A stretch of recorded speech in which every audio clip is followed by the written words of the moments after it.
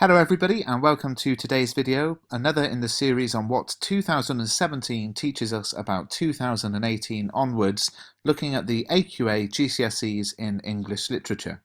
So today we're looking at Paper 2, Section A, and all I'm going to do is go through the main points that arose from the examiner's report. So this isn't how to answer this part of the exam. You need to look at my English Literature playlist to see those videos, but this is, what were the common mistakes students made? It's probably no surprise that the major text studied in this section was an inspector calls.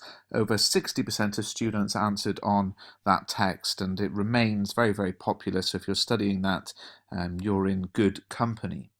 The first point from the examiner's report that I want to look at is to do with the question. Okay, so really I would summarize this as saying fully answer the question. We saw this in my video on the Shakespeare exam question. Basically, the questions are worded in such a way that they help you to focus on the relevant assessment objectives, and you have to make sure that you really look at the wording of the question to fully appreciate what it's asking you to do. So if I give you an example, this wasn't the exam question in 2017, but let's imagine the question, how does Priestley use the character of Mr. Burling to criticise society? In a question like that, you have to look at the wording of the question to really understand what it's asking you to do. How does Priestley, so it's understanding that Priestley is the writer, and we're looking at Priestley's use of language and structure and form to present Mr. Burling, but not only that, but how does Priestley use Mr. Burling to criticise society? And what the exam board have fed back in the examiner's report is that many students didn't look at the full scope of the question, and they just wrote about the character in the question rather than the specific focus of the question. So rather than writing about how, in this example, Mr. Burling was used to criticise society, they just wrote about Mr. Burling, offering a very plot-driven answer, the things Mr. Burling does in the play and our response to them. But the question in this example was about how is Mr. Burling used to criticise society. So I think this is something that is useful for all of English literature.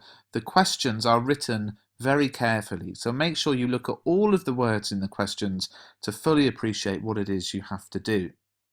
As we've seen throughout the entire series on the English literature exams, subject terminology was often a hindrance rather than a help to students. Some students became tied up in the confusion and found themselves wrongly identifying parts of speech without actually saying anything about meaning, let alone effects. It really is only useful to use subject terminology if you've chosen a part of the text to write about and you can bring subject terminology into that. It's no good just showing off your knowledge of subject terminology. Oh, look, there's a simile, I'll write about it, or there's an example of dramatic irony, I'll write about that. You need to first and foremost be answering the question, writing about the effect that the language or structure or form point has on the audience, and then if relevant, identify what it is with some subject terminology. But this isn't about spotting devices, and I've said that in every video about the literature exam so far. It was relevant to paper 1, it's relevant to paper 2.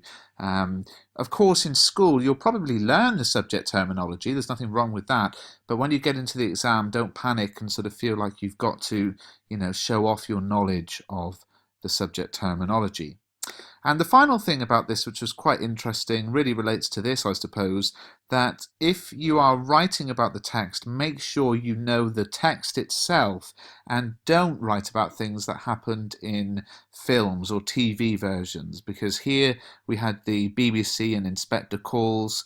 This is quite a recent show, and obviously as a result many of you will have been watching it in class, but some bits of this are different. The scene with Sheila's hat, for example, as we see in the TV version, is not what happens in the play. So that's another common point. We saw that in the Shakespeare feedback as well. It's okay to watch screen versions, but don't write about the text as if you're referring to the screen version, and also be aware of the differences. And that might be a good video actually for me to make although I have to say I did start watching this version of An Inspector Calls and I got bored of it very quickly, so I don't know if I'm going to sit through it. But just be aware that there are differences between the films and TV versions of texts and the actual text that you're studying in class.